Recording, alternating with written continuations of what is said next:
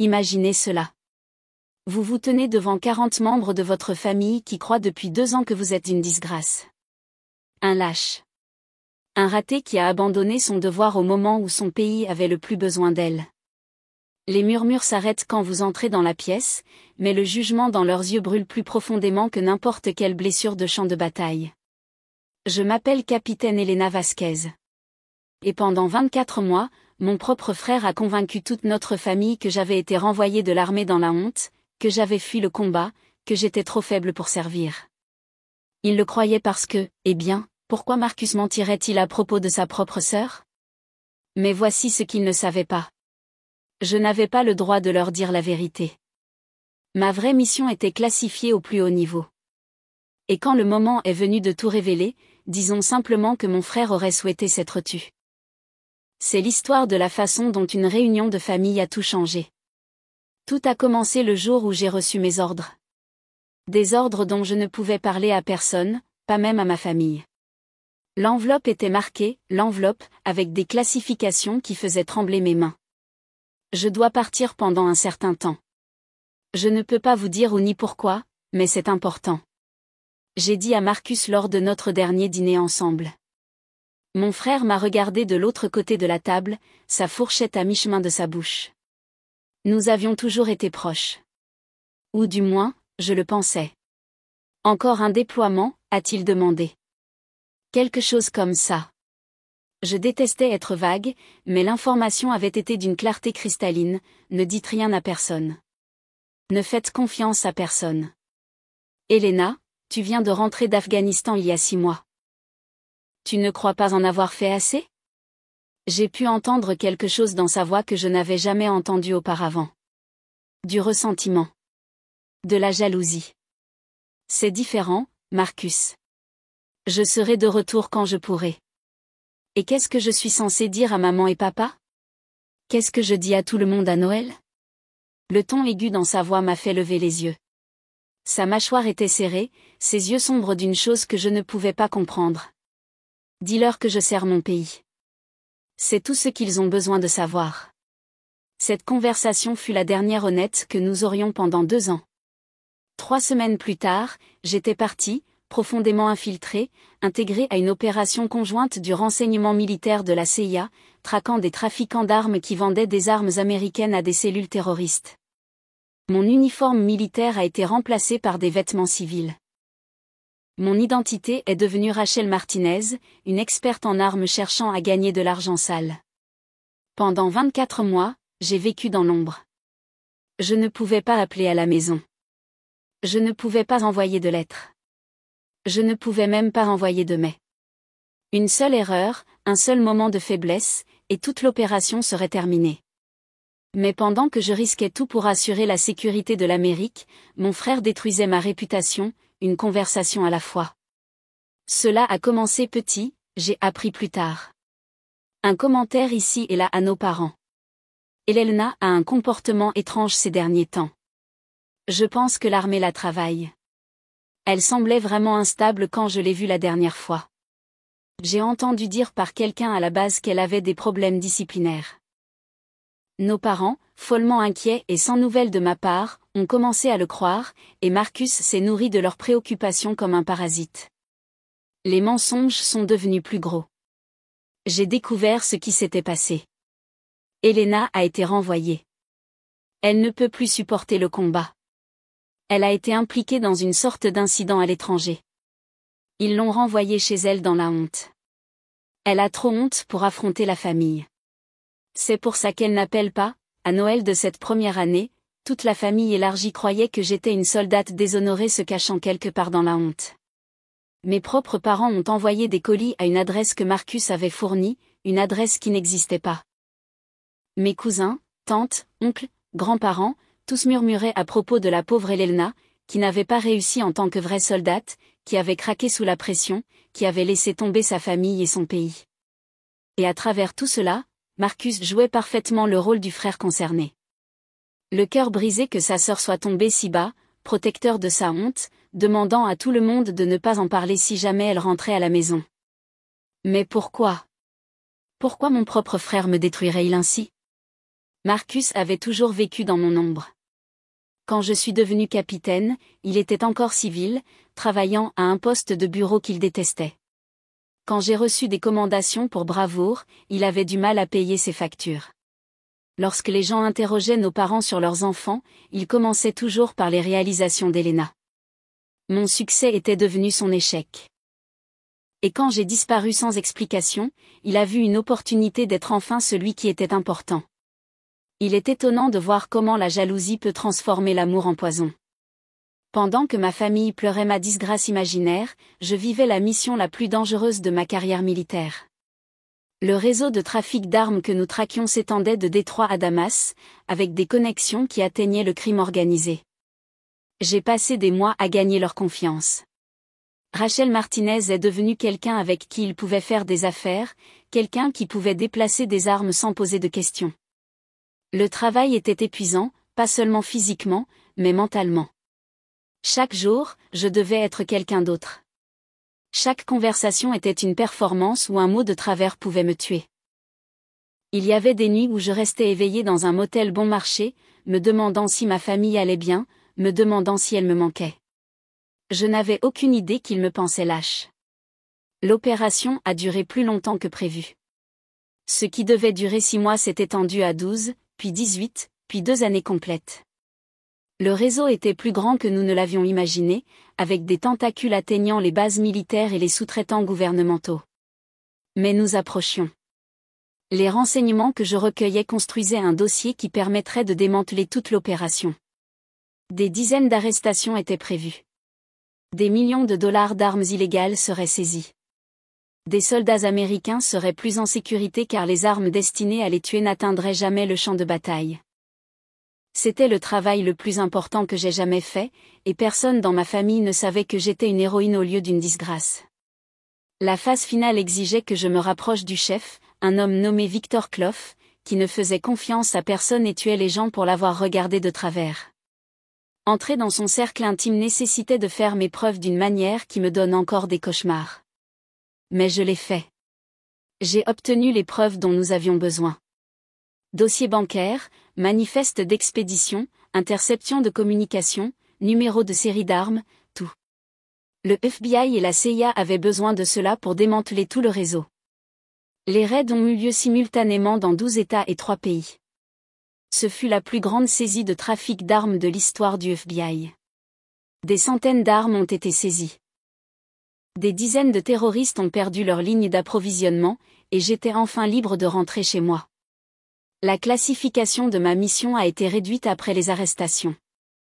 J'étais autorisé à discuter des détails généraux de mon service. Je pouvais dire à ma famille que j'avais été infiltré. Je pouvais leur dire la vérité. Mais une partie de moi voulait d'abord voir jusqu'où allait la trahison de Marcus. La réunion de famille était prévue pour le week-end de la fête du travail à la maison de nos parents au bord du lac. J'ai appelé ma mère 3 semaines avant. Elena. Sa voix était choquée, incertaine. Elena, est-ce vraiment toi? Salut, maman. Je rentre à la maison. Le silence a duré si longtemps que j'ai cru que l'appel avait été coupé. Oh, ma chérie, a-t-elle finalement murmuré, et j'ai pu entendre ses sanglots. Nous étions si inquiets. Marcus nous a dit. Je sais ce que Marcus t'a dit, maman. Nous parlerons de tout quand je vous verrai. Serez-vous d'accord pour être avec tout le monde? Je veux dire, si vous n'êtes pas encore prête à affronter la famille, nous comprenons. Ma propre mère craignait que je n'aie trop honte pour affronter mes proches. La profondeur de la trahison de Marcus m'a frappé comme un coup physique. Je vais bien, maman. En fait, je pense que tout le monde sera très surpris de me voir. Le week-end de la fête du travail est arrivé avec un temps parfait.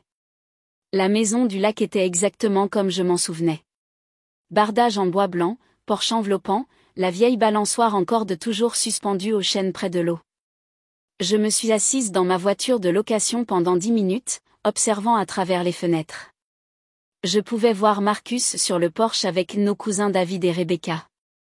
Il était animé, gesticulant avec ses mains, profitant clairement d'être le centre de l'attention.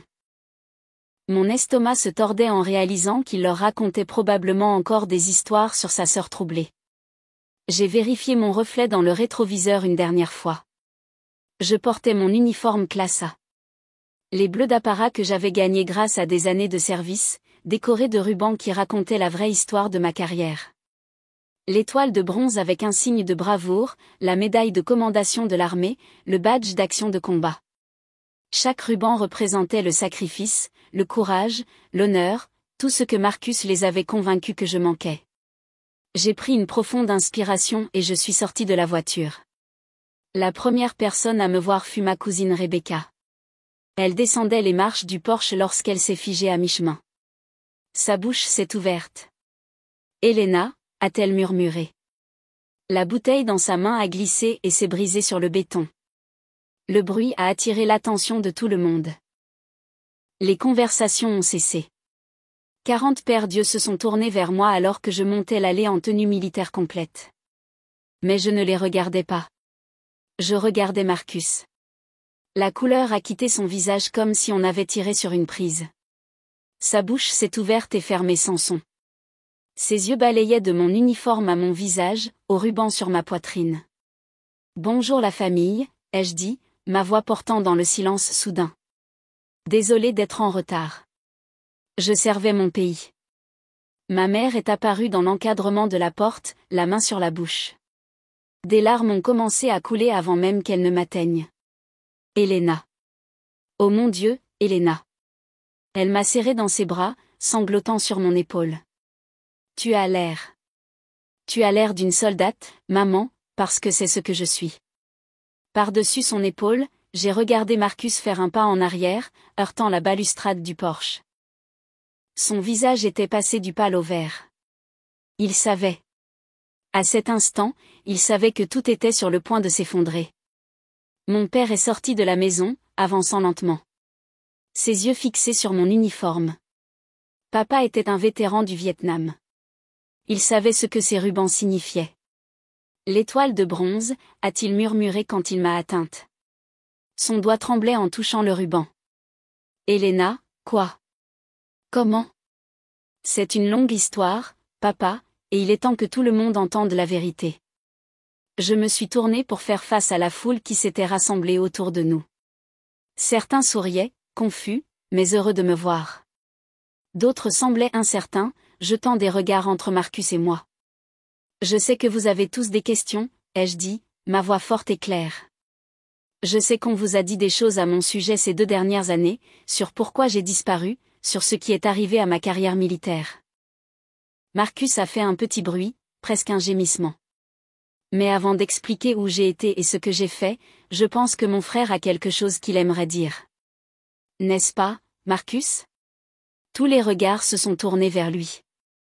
Il avait l'air de vouloir disparaître dans les planches du porche. Je. A-t-il bégayé, puis est resté silencieux. Non, rien à dire. J'ai souri, mais il n'y avait aucune chaleur dedans. C'est intéressant parce que tu as eu beaucoup à dire sur moi ces 24 derniers mois. J'ai fouillé dans ma veste et j'ai sorti un document plié. Le papier était officiel, tamponné de sceaux que même les civils reconnaîtraient comme importants. C'est une lettre de commendation du secrétaire à la Défense, ai-je annoncé, la dépliant lentement. Elle est adressée au capitaine Elena Vasquez, c'est moi, en reconnaissance d'un service exceptionnel lors d'une opération classifiée qui a abouti à la plus grande saisie de trafic d'armes de l'histoire du FBI. Les murmures ont commencé alors, un murmure qui a traversé la foule. Il est dit en outre que mes actions ont démontré un courage, un professionnalisme et un dévouement au devoir extraordinaire dans les circonstances les plus dangereuses. Que mon travail a sauvé d'innombrables vies américaines et apporté un coup significatif aux organisations terroristes. J'ai plié la lettre et j'ai regardé directement Marcus. Mais je suis sûr que ce n'est pas aussi intéressant que l'histoire de moi étant une lâche qui a fui le combat. Dis-moi, Marcus, quand exactement as-tu décidé de détruire la réputation de ta sœur pour te sentir mieux? L'explosion de voix fut immédiate. Tout le monde a commencé à parler en même temps. Questions, accusations, demandes d'explications. Mais j'ai levé la main et j'ai attendu le silence. Laissez-moi vous dire où j'ai vraiment été ces 2 dernières années, ai-je dit. Et ensuite, vous pourrez décider par vous-même qui est le vrai héros de cette famille. Je leur ai parlé de la mission classifiée, d'avoir été infiltré pour infiltrer un réseau de trafic d'armes, d'avoir passé 2 ans à prétendre être quelqu'un d'autre, risquant ma vie chaque jour pour empêcher les armes de tomber entre les mains des terroristes. Je leur ai parlé des nuits où je restais éveillé dans des planques, me demandant si ma couverture avait été éventée, du poids de porter des secrets qui pouvaient tuer des gens, de la solitude d'être coupé de tout ce que j'aimais. Je leur ai parlé de l'opération réussie, des arrestations, des armes saisies, des complots terroristes déjoués, des commandations que j'avais reçues. Et pendant tout ce temps, Marcus est resté figé sur ce porche, ressemblant à un homme regardant son monde entier s'effondrer. Mais la partie la plus douloureuse, ai-je continué, n'était pas le danger. Ce n'était pas l'isolement. C'était de rentrer à la maison pour découvrir que mon propre frère avait passé 2 ans à convaincre tous ceux que j'aimais que j'étais une ratée. J'ai sorti mon téléphone et ouvert l'application photo. Ce sont des photos de la cérémonie de commendation le mois dernier, celle où le secrétaire à la Défense m'a personnellement remercié pour mon service. Ma mère pleurait ouvertement maintenant. Mon père avait l'air d'avoir reçu un coup de poing dans l'estomac, mais c'est ma grand-mère qui a parlé la première. « Marcus » a-t-elle dit, sa voix tranchante de déception. « Comment as-tu pu faire ça à ta sœur ?» Tous les yeux se sont à nouveau tournés vers lui. Il avait l'air plus petit d'une certaine manière, diminué par le poids de sa révélation. « Je pensais » a-t-il commencé, puis s'est arrêté. Elle était partie si longtemps, et elle ne pouvait rien nous dire. Et je pensais peut-être que... Tu pensais quoi ? Demanda mon père. Tu pensais que tu allais inventer des mensonges sur le service de ta sœur ? Je ne voulais pas que ça aille si loin, a dit Marcus, sa voix à peine plus qu'un murmure. Ça a commencé juste. J'étais inquiet pour elle et quand les gens posaient des questions, je ne savais pas quoi dire.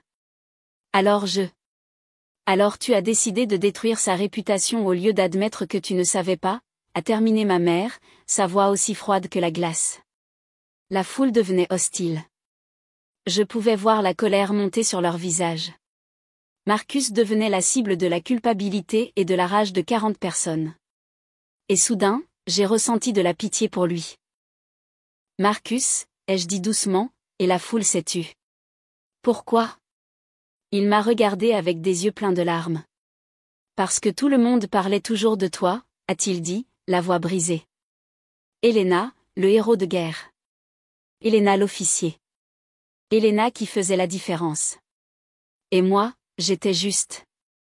J'étais juste Marcus qui travaillait dans un bureau et qui ne pouvait même pas s'offrir son propre appartement.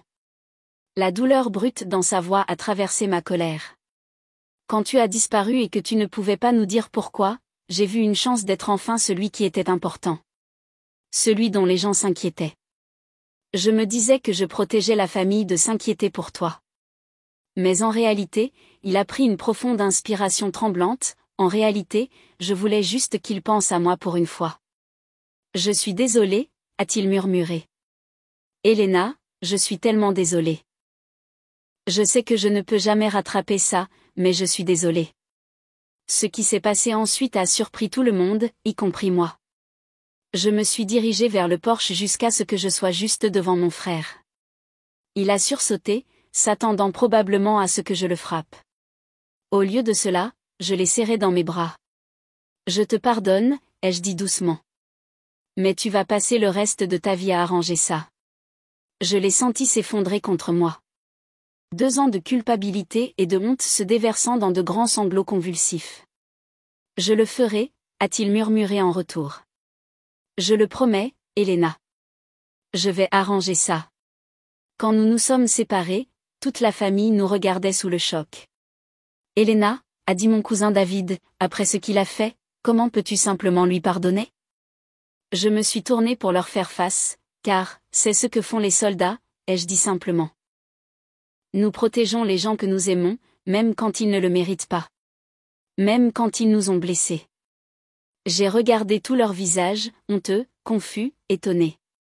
Marcus a fait une terrible erreur. Il a laissé la jalousie le transformer en quelqu'un qu'il n'est pas, mais il est toujours mon frère, et la famille signifie que vous n'abandonnez pas les gens. Ma grand-mère s'est avancée et a fixé Marcus d'un regard qui pouvait faire fondre l'acier. Jeune homme, a-t-elle dit, ta sœur vient de te montrer plus de grâce que tu ne le mérites. Tu ferais mieux de passer le reste de ta vie à la mériter. Oui, madame, a dit Marcus immédiatement. Je le ferai. Le reste du week-end s'est poursuivi avec un sentiment que j'avais presque oublié.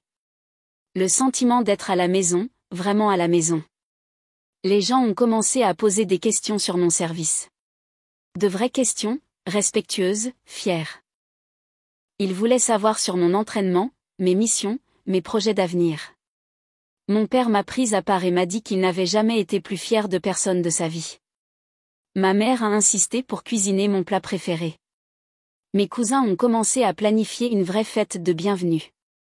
Et Marcus a passé la soirée à s'excuser tranquillement auprès de chaque membre de la famille individuellement, assumant la responsabilité de ses mensonges, promettant de dire à tout le monde la vérité sur mon service. Mais le moment qui a eu le plus de sens est arrivé juste avant le coucher du soleil. J'étais assise sur le quai quand mon grand-père m'a rejointe. Il avait 93 ans, un vétéran de la Seconde Guerre mondiale qui avait débarqué en Normandie. Il n'a rien dit pendant longtemps. Il s'est juste assis à côté de moi. 2 soldats regardant la fin de la journée. Finalement, il a parlé. J'ai entendu ce que tu as fait là-bas. Détruire ces trafiquants d'armes. Oui, monsieur. Tu as passé 2 ans à prétendre être quelqu'un d'autre pour protéger des gens que tu ne rencontrerais jamais. Oui, monsieur. Il a hoché lentement la tête. C'est le courage le plus difficile qui soit. Pas celui où tu charges une colline. Le genre où tu te sacrifies silencieusement, où personne ne sait ce que tu abandonnes. Il m'a regardé avec des yeux qui avaient vu plus de guerres que quiconque ne le devrait. Ton frère avait tort sur beaucoup de choses, Helena, mais il avait raison sur une chose. Tu es exceptionnelle. Pas parce que tu es une héroïne de guerre, mais parce que tu as choisi de lui pardonner alors que tu avais tous les droits de le détruire. 6 mois plus tard, j'ai reçu une invitation au mariage de Marcus. Quand je suis arrivée à l'église, j'ai compris pourquoi il avait insisté pour que je vienne. Au lieu de me présenter comme sa sœur, il m'a présenté à la famille de sa fiancée comme le major Helena Vasquez, récipiendaire de la Croix du Service distingué et véritable héroïne américaine. Il leur a raconté la vraie histoire. Tout. Les mensonges qu'il avait répandus, les dégâts qu'il avait causés et la grâce que j'avais montrée en lui pardonnant. Helena est la meilleure personne que je connaisse, a-t-il dit à la foule rassemblée. Et j'ai passé 2 ans à essayer de convaincre les gens qu'elle était la pire. Je ne peux jamais effacer ça, mais je peux m'assurer que tout le monde connaisse la vérité à partir de maintenant.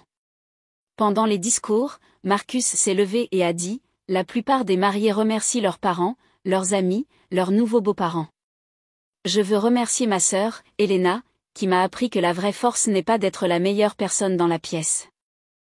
C'est de soutenir les gens autour de soi, même quand ils ne le méritent pas, il a levé son verre. À Helena, qui sert notre pays avec honneur et sert notre famille avec grâce. Je sers toujours mon pays. Je suis toujours déployé régulièrement, bien que rien d'aussi intense que cette opération secrète de 2 ans. J'ai été promu lieutenant-colonel. Ma famille sait qu'elle ne doit pas attendre de communication régulière lorsque je suis déployé. Mais elle sait aussi que mon silence ne signifie ni honte ni échec. Cela signifie que je fais un travail qui compte.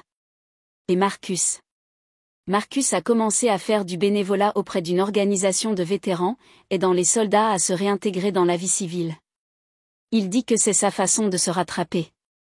La dernière fois que nous avons parlé, il m'a dit quelque chose qui m'a marqué.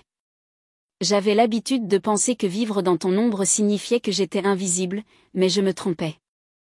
Être lié à quelqu'un comme toi ne me rend pas plus petit.